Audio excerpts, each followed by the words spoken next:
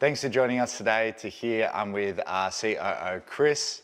Chris, how you going, mate? Good, thanks. How are you? Yeah, really good. Thank you so much for jumping in. I guess being business partners, we don't always get to do this. Well, pretty much anywhere that you go, I'll go. So we're kind of stuck. Yeah, we are stuck at the hip. Yeah, I know. Well, I was thinking about this the other day, and we've been friends for over 10 years. Well, it's been more than 10 years. It's pushing nearly 20. Yeah.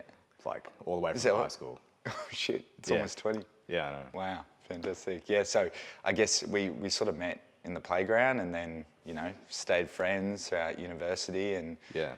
started a business together. Yeah, it was a bit of a odd, I guess you could say, impulse, because I know that you'd never thought that we would be working together, but obviously, one thing led to another, and now here we are. Yeah. Deep But in we've always, I felt like, worked well together. We've always gelled well. Like, not many people you can work well with, and I feel like we always had that, synchronicity.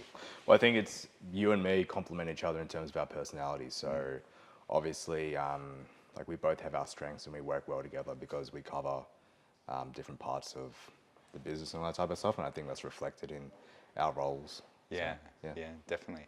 And speaking of university, you went to university, did psychology. So tell us a bit about, I guess, your background and how that's helped you with starting a marketing company.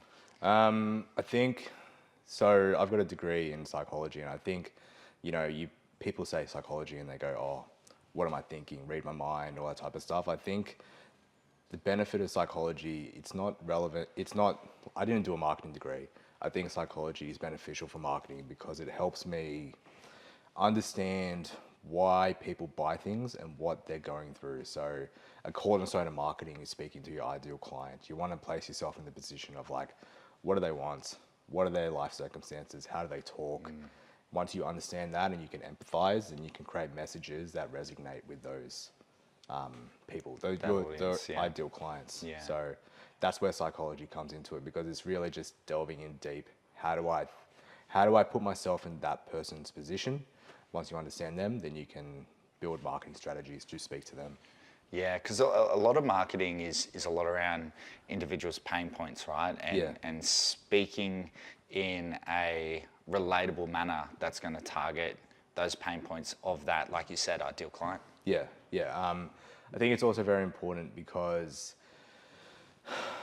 if you understand where they're coming from, you craft a message that resonates with people. And at the end of the day, people do things based on how they feel. So for instance, let's say for instance, Rolex. They've created a brand that's all about luxury and it's all that feeling. It's not exactly that the Rolex is actually good.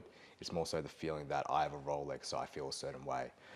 That's the power of marketing, because you're not getting people to buy logically. You're not thinking, okay, a car has fuel economy, so it's a good, smart decision. Oh, I can save money of this. Yeah. You're buying a car because you feel a certain way about something, and that's the power of marketing. And that's why it ties into psychology. Yeah, of course. Yeah, definitely. And that's why everyone wants the Ferrari, the Lamborghini, right? Because it resembles a position of wealth. Yeah, well, it's even, what do you call it? People buy, stepping outside of the service niche a bit. Take, for instance, clothing brands. People will buy a clothing brand based on the feeling that's created on posters, the feeling that's created on social media, Instagram, and all that type of stuff. Yeah. That leads people to buy from one brand compared to another brand. So it's like that type of feeling. So, Chris, this is all sort of falls into that marketing strategy component, right? Yeah. So it's using the information from personas and the pain points to guide a strategy that markets to a business's ideal client. Yeah. Okay. And just for some of the people that may be listening, like what is a marketing strategy and why is it important? So a marketing strategy is your high level type of thing. So you wouldn't, if you want to go out and bake a cake, you wouldn't just go out and put flour in a bowl and mix it. You would try and figure out a way to strategize and say, well, if I want this product, how do I get there? The same applies to marketing. So you want to understand, you don't want to just run Google ads because someone told you to. You want to say, why am I running Google ads? Maybe there's a better option if I run Meta ads, or if I do SEO or if I do email marketing. Strategy helps you find out what you want to achieve and who you want to speak to, and then what's the correct tool to apply to achieve that goal.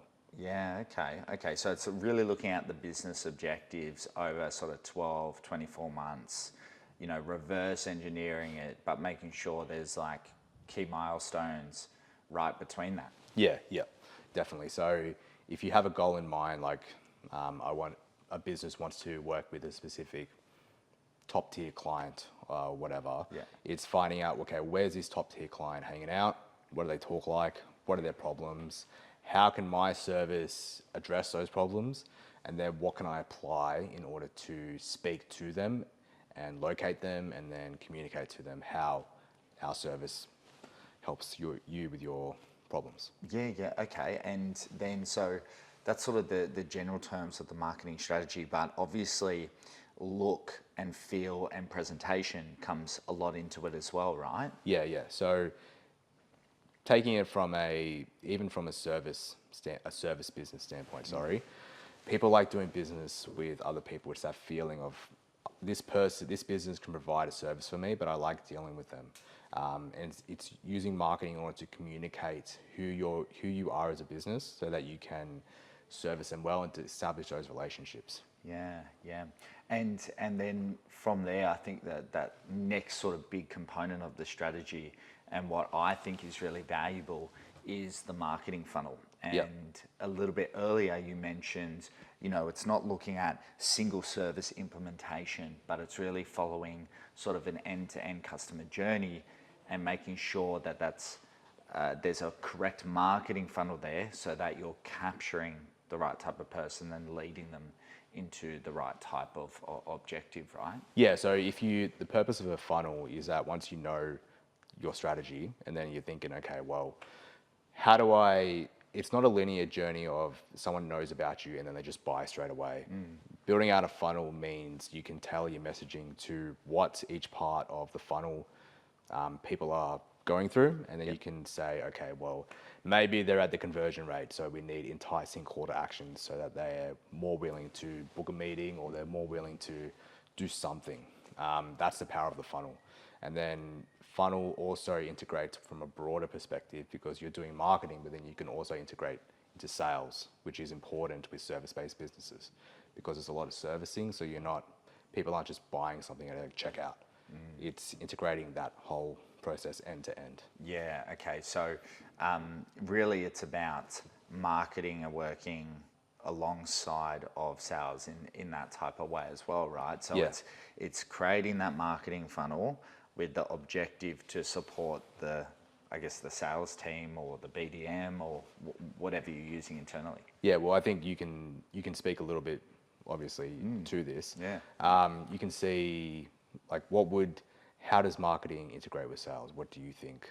Yeah, well, it's quite funny because at my last job, when I was working in corporate, what I typically found that there was always that disconnect between sales and marketing, as the marketing objectives weren't aligning with sales. So when a lead was being passed over, although it was marketing qualified, it actually wasn't really that valuable to the sales team, right? It was just something you would skip over. And I think this is sort of what inspired me to come on this journey with you and to have this very successful sort of marketing company, was that if we can really align the marketing strategy to the sales strategy, we can make sure that we're, filling in that gap that we're seeing is not many marketing companies really understand the sales side of things, and the quality that you'll need, the type of lead that you need, what is valuable to an actual, salesperson. So, I think there was a really big gap in the industry, and that's where we've sort of come in, is to make sure we're not looking with a sole lens on marketing, but we're also considering the sales side of things as well. Well, I think that's the massive, a lot of people we've spoken to, they've been burnt by a lot of other agencies to where their agencies are just running something because they think it's something that will produce a result. And especially for service-based businesses, you're not going end to end. So you're just these businesses are paying agencies to do something, but it's not achieving a result because there's no integration. People are just getting leads, but they're not qualified leads. They're just, oh, this person clicked on a advertisement and gave their name automatically, but they don't know why they're doing it. Yeah. So when the salesman calls them up, they go, oh, well, who are you? So I think that's really where we've come into our own, because we're trying to patch the marketing to the sales, especially for service-based businesses. Yeah, yeah, and we've heard that so much, haven't we, from clients, is that, you know, marketing doesn't really work, or I'm doing SEO, or I'm doing a Google ads and I'm paying so much money and it's just not working. And it's like, well, it's like coming up to a, you know, construction site with one tool. Like this, you're trying to build a building, you know, you need more than one tool, right? Like, yeah, well, it's what do you call it? An account. You wouldn't go to a wealth advisor and you say, oh, I want to do X, but then the service fee of hiring that wealth advisor is quite substantial. So if you're just running ads, it's only one component, because people don't just see, oh, a wealth advisor provides this service and I just buy straight away. They need to go down the funnel. There's a process that they need to follow in order to achieve a result. This sort of falls back into like intent. You need a much higher intent, especially for like a service-based business, right? Because it's more of a slow sales process. It's not like an emotional buy. Yeah, it's not like let's just go general pants and buy a shirt. It's like it's a big decision and requires a lot of information. When a person becomes aware, they need to know, well, what's the value? What's the benefits? Do I actually like this guy? Does he provide a good service? Do I meld well with him? Do I see the value of his service and all that type of stuff? And that progresses people down towards booking a meeting, getting the sale. That's why there's a bit of an integration between sales and marketing. Yeah, of course. And I think with that as well, there's got to be a lot of trust sort of established in that process, right? And I think for a marketing company to do their job quite successfully, it's about building that trust, that rapport, that educational component. Yeah. So that when that, you know, lead sort of comes into the sales rep's hands, they're aware of who the business is, what's their sort of unique value proposition, but then they're also educated on how they're different and, you know, maybe some of the success they've had from other clients that they've worked with, you know, things like that. Yeah. Yeah, I think that's really important. People want to get to know the power of where we live now is that everyone's online, and the power of digital marketing is that people can do their research. They look you up on LinkedIn, they may look you up on Instagram, and they can gauge based on how you present yourself, how on your website. Do I want to go with this service provider? Do I want to build my house with this builder?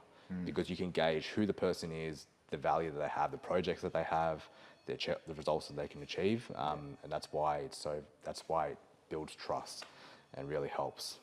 Yeah. So and I guess a lot of businesses that we speak to, they know they need to do something, but they're not really sure, right? Yeah. So I think people know that Facebook exists. People know that LinkedIn exists, especially if you're a professional. They just know that they have to do something, but they don't know what. And I think the value with our service is that we don't know the industry specifics because we're not in the industry. However, we know how to get that value that the client provides, transform it into something that captures attention and positions their business in terms of competitors, and then get it out there so that people who are looking for a particular service, they'll be more inclined to go with our clients. Yes, definitely. And tell me about, just speaking on that, you know, a lot of businesses don't really understand that marketing actually does work when you're looking at B2B base, I guess, networking. Yeah. So can you tell me a little bit more about how marketing helps the B2B channel and can actually still provide a very consistent lead flow? Yeah, so we're taking a step back. So marketing, when people think of it, they think of a B2C, which is like, I put a billboard up and people buy straight away. B2B is a bit different because you're not just going to some store and buying something. You're actually forming relationships with people. So a lot of businesses, they've just slogged it out, banged their head against the wall for 10 years. They built up their referral channels and then that's how they bring in their business. However, B2B, incorporated with marketing, you're doing a multi-pronged thing. So you're going out there, you're forming relationships, networking, playing golf, doing all that type of stuff to talk to other businesses. But then when you combine it with marketing, either one, you can go out and you can speak to cold business owners who don't know about your services, or they've got the intention to find a solution to a problem. But then you're also going out there, so when people meet you on the golf course or whatever, they can say, okay, I've met this business, who are they? They look you up and they say, oh, their communications like this, they're well presented, they've got good photography, they know what they're talking about, they're writing articles. That just helps build that trust so that these other businesses are more willing to work with this business. Yeah, definitely, because we find that businesses that just rely on that referral base, they don't have the control of the quality of referral, right? Sometimes can be people that are outside of your ideal client. Yeah. And I guess that lack of control can sometimes cause operational issues, or it's a lot of servicing for very little return. And yeah, it's really what we've sort of come across quite often, isn't it? Well, if you take it a step back, people are just slogging it out, and it takes, sure, they grow their businesses quite a while. They grow their businesses quite large, but it's just taken so long, 10, 20 years, to be in a position where they can just have that revenue, because they've slogged out with less than ideal clients that mess around with the servicing and all that type of stuff. Whereas if it was incorporated into marketing, you can communicate and work with the ideal client. And also, Chris, we can really start to target your ideal client through marketing, right? Where referral, we don't have that control, but with marketing, we actually can start targeting very specifically the type of individual we want, right? Yeah, so depending on, like, you've got different platforms and they're targeting. So Google, you can do keywords and you try and predict what a business is looking for when they've got a problem. And then you've got meta ads where you can try and paint your ideal. So going back to psychology and the strategy, you paint your ideal idea of what is a client, what do they look like, how old are they, where do they live, what are they interested in, and then you can put that into the algorithm and your ads get shown to those type of people. That's the power of digital marketing. Yeah, definitely. And it's not just meta, is it? It's when we're looking at sort of service based and that B2B sort of side of things. Yeah. Google is probably going to be that better source, because we can have the same type of tracking and analytics, but we are more targeted with people with much higher intent, right? Yeah. Well, even you could probably speak to this a bit more. Another platform which is very valuable is LinkedIn. So obviously you understand how LinkedIn. Like you can, maybe you want to, LinkedIn, you would find that it's building a professional brand where you're going out there and you're presenting yourself, and the algorithm for LinkedIn is so different to Meta and Instagram. Like, so different. Yeah. If you post something and it resonates with someone, the algorithm will just show that content to so many people. Yeah, I find with LinkedIn, it's really about quality. It's not quantity. Yeah. Where, your social media can be a lot more quantity. It's just about consistently putting out content. But with LinkedIn, it's got to be something that resonates with people. Yeah. It's got to be personalized stories that is going to really attract that sort of ideal client, right? Yeah. So once again, I think that falls into the marketing strategy. And once you understand the messaging, the pain points, your ideal client, and addressing those, a LinkedIn can be such a powerful tool, because you can create stories that, attract to that, type of demographic. Yeah. Yeah, I think that's why. And the algorithm for LinkedIn is so good, you don't even have to pay for ads. With Meta and with Facebook and Instagram, you've got to pay for advertisements to get your stuff shown. Yeah, fantastic. Well, I guess, Chris, that sort of puts us at time today. Really appreciate you joining me. It's always good to have a chat, and probably go grab a beer or something later. But coffee. Coffee or beer, yeah, perfect. Well, thanks again, and we look forward to chatting soon. Yeah. See you soon.